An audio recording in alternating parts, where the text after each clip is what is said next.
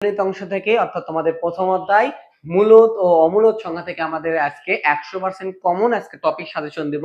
তো এই টপিক থেকে তোমাদের পরীক্ষায় স্কুল পরীক্ষায় সারা বাংলাদেশে সবটা স্কুলে 100% কমন তোমার এখান থেকে কিন্তু প্রশ্ন হয়ে আসবে, এটা তুমি মনে রাখো। 100% কমন আজকে তোমাদের একটা সাজেশন দিচ্ছি, তো মনে রাখো। খুব গুরুত্বপূর্ণ টপিকগুলো আমি আলোচনা করে দেবো এবং কিছু কিছু গুরুত্বপূর্ণ সূত্র আমি বলে দেবো। একটু খেয়াল রেখে ভিডিওটা তুমি অবশ্যই দেখবা এবং আমাদের চ্যানেলটা সাবস্ক্রাইব করবা, ঠিক আছে? তো চলো আমরা কথা না বলে আমাদের 100% কমন টপিক সাজেশনের প্রথম পার্ট আমাদের পাটিগণিত অংশ থেকে আমরা শুরু করতেছি। দেখো শুরু করতেই আমরা প্রথমেই চলে যাই। দেখো আমাদের এখানে কি আছে, তো আমাদের দেখি আমাদের পাটিগণিত অংশ কি কি আছে। বাংলাদেশের 90% স্কুলে পাটিগণিত অংশে আমাদের প্রথম অধ্যায়টায় দেওয়া আছে। প্রথম অধ্যায়টায় কি আছে বলতো, দেওয়া আছে, সেটা হচ্ছে যে আমাদের মূলত অমূলত সংখ্যা, ও দ্বিতীয় অধ্যায় হিসেবে আমাদের সমানুপাত ও লাভ ও ক্ষতি। এই দুইটা চ্যাপ্টার কিন্তু আমাদের বাংলাদেশের সব অধ্যায়ে কিন্তু আমাদের দেওয়া আছে, ঠিক আছে? তো চলো আমরা শুরু করি। তো আমাদের মূলত অমূলত থেকে আমরা কি কি টপিক করতে পারি। তো দেখো শুরুর পেজে আমাদের কি আছে বলতো, একটা টপিক দেওয়া আছে, এখান থেকে আমরা শুরু করি। সেটা হচ্ছে ভাইয়া বর্গ ও বর্গমূল। এই টপিক থেকে তুমি 100% কমন পাবা। সেটা হচ্ছে যে তুমি কি কমন পাবা বলতো, এমসিকিউ এর কমন পাবা, অথবা সিকিউ কমন পাবা, অথবা সৃজনশীলের ক তুমি কমন পেতে পারো। এই একটা টপিক থেকে মূলত অমূলত থেকে 3 ধরনের প্রশ্ন হতে পারে ভাইয়া। সেটা কি বলতো, মূলত আমাদের এখানে কি বর্গ ও বর্গমূল থেকে। তো বর্গ ও বর্গমূল, বর্গের সংজ্ঞা আমাদের আসতে পারে, বর্গমূলের সংজ্ঞা আসতে পারে, বর্গ সংখ্যা কি এটা আসতে পারে, দুটি বর্গ সংখ্যার উদাহরণ লেখো এটা আসতে পারে। তো আমাদের এই বর্গর বিস্তারিত যে বিষয়টা, বর্গ বর্গমূলের দুইটি বৈশিষ্ট্য, সংজ্ঞা, পার্থক্য, এগুলো আমাদের বিস্তারভাবে জানতে হবে, তাহলে কিন্তু শিওরলি তুমি 2-3 কমন পাওয়া। তো সহজ কথা হচ্ছে যে বর্গ কি নিতে ভাইয়া বলতো, একই সংখ্যার গুণফলকে কি বলা হয় বলতো, বর্গ বলা হয়। যেমন আমরা লিখলাম 7 গুণন 7, 7 7টা কি হয় বলতো 49। এই 49 সংখ্যাটা কি বলতো ভাইয়া, বর্গ সংখ্যা, বুঝতে পারছো? আর বর্গমূল কি জিনিস বলতো, এই 49-এর মূলে যেটা আছে, এই যে 7 ছিল না, এই 7টা কি বলতো বর্গমূল। যেমন আমাদের এখানে বইয়ের সংখ্যা কি দেওয়া আছে, কোন সংখ্যাকে সেই সংখ্যা দ্বারা গুণ করলে যে গুণফল পাওয়া যায় তাকে কি বলা হয় বলতো, বর্গ বলা হয়, বুঝতে পারছো? আর ওই সংখ্যাটির গুণফলে কি বর্গমূল। আশা করি ক্লিয়ার। শর্টকাট বাংলা কথা মনে রাখবা, একই সংখ্যার গুণফলকেই বর্গ বলা হয়, আর বর্গ সংখ্যার মূলে যেটা থাকে সেটাকেই বর্গমূল বলা হয়। আশা করি বুঝতে পারছো। তো আমাদের এমসিকিউ, সৃজনশীল এবং সংক্ষিপ্ত কিন্তু এখান থেকে প্রশ্ন হতে পারে। এবার আমরা 2 নাম্বার পেজে চলে যাই। 2 নাম্বার পেজে আমাদের খুবই গুরুত্বপূর্ণ একটা লাইন দেওয়া আছে, এখান থেকে আমাদের এমসিকিউ আসবেই, মিস নাই। সেটা হচ্ছে আমাদের পূর্ণ সংখ্যা, পূর্ণবর্গ সংখ্যা, এখান থেকে আমাদের একটা এমসিকিউ আসে, একবারে ডিরেক্ট দিয়ে দিবি। পূর্ণবর্গ সংখ্যা থেকে আমাদের একটা কি দিছে, এমসিকিউ দিয়ে দিবে কিন্তু ডিরেক্ট। এরপরে আসো আমাদের, এরপরে পূর্ণ সংখ্যার ধর্মটা আমরা দেখে নিতে পারি। এরপরে আমার দ্বিতীয় পেজ থেকে খুবই গুরুত্বপূর্ণ 3 নাম্বার পেজ থেকে একটা লাইন আছে। তো এই প্রশ্নটা কিন্তু আমাদের পরীক্ষাতে আসবেই, 100% কমন থাকো, যেখান থেকে তোমাদের একটা এমসিকিউ পাওয়া।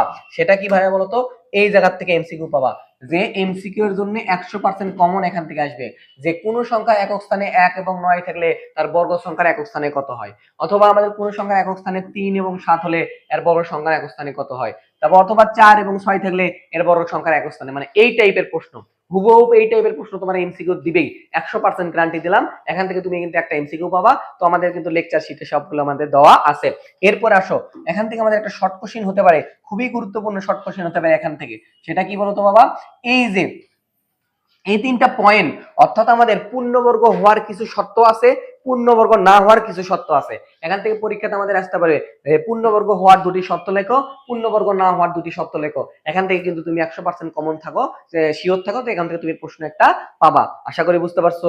তো এরপরে আসো আমাদের এরপরের পেজে কি আছে আমাদের বলতো, গুরুত্বপূর্ণ, আমি কিন্তু লাইন বাই লাইন বুঝাচ্ছি যে কোথায় থেকে কি আসতে পারে। এবার আসো আমাদের এখানে কি বলছে, এখান থেকে একটা প্রশ্ন হতে পারে, সেটা কি বলতো, পূর্ণবর্গ চিহ্ন।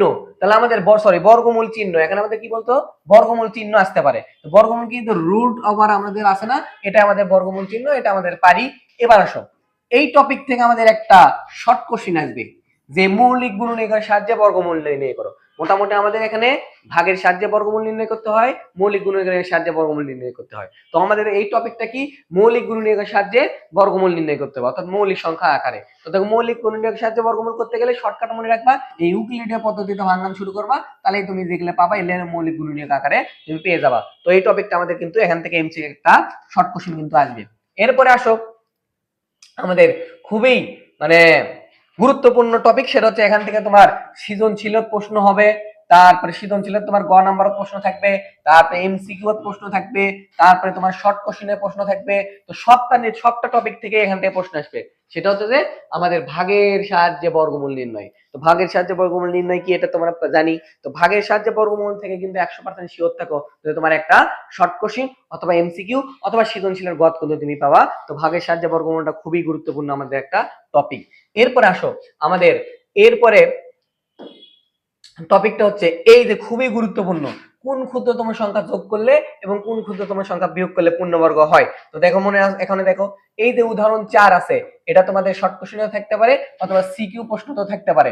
দেখো বলছে কোন ক্ষুদ্রতম সংখ্যা দ্বারা বিয়োগ করলে আমাদের পূর্ণবর্গ হবে। মনে রাখবা পরীক্ষাতে একটা না একটা 100% চ্যালেঞ্জ দিলাম আসবে, সেটা হচ্ছে যে এই সংখ্যা থেকে কোন ক্ষুদ্রতম সংখ্যা বিয়োগ করলে পূর্ণবর্গ হয় অথবা এই সংখ্যা থেকে কোন ক্ষুদ্রতম সংখ্যা যোগ করলে পূর্ণবর্গ হয় সংখ্যার সাথে, সেটা আমাদের আসবে। তো মনে রাখবা যখন এই বিয়োগের নিয়ম দিই তখনই যেটা অবশিষ্ট বাড়াবে সেটাই উত্তর। আর যোগের নিয়মের বেলায় আমাদের যোগের নিয়মের বেলায় এই যে সাইডে যে ভাগফলটা বাড়ায় সেই ভাগফলের সাথে এক যোগ করতে হয়, সেই একের আবার বর্গ নির্ণয় করে মাইনাস করে দিতে হয়। তো এটা তো তোমরা জানোই। তো আমি টপিক খালি সিলেক্ট করে দিচ্ছি যে যোগ অথবা বিয়োগ। যোগ অথবা বিয়োগের নিয়ম থেকে আমাদের কিন্তু একটা সৃজনশীল তুমি পাবা অথবা শর্ট কোশ্চেন পাবা 100% কমন, মনে রাখো। এরপর আসো যে আমাদের কি আছে, অনুশীলনী চলে যাচ্ছে আমরা। তো অনুশীলনীতে আমাদের কি আছে দেখো, অনুশীলনের থেকে সবটা টপিক থেকে প্রশ্ন আসার মতো। এখান থেকে তোমার এমসিকিউ আসতে পারে যে এই টপিক থেকে। আমি তো বললাম মৌলিক গুণনীয়কের সাহায্যে বর্গমূল, ভাগের সাহায্যে বর্গমূল, ছোট ছোট যদি দেয় তাহলে এমসিকিউ, আর না হলে শর্ট কোশ্চেন দিবি।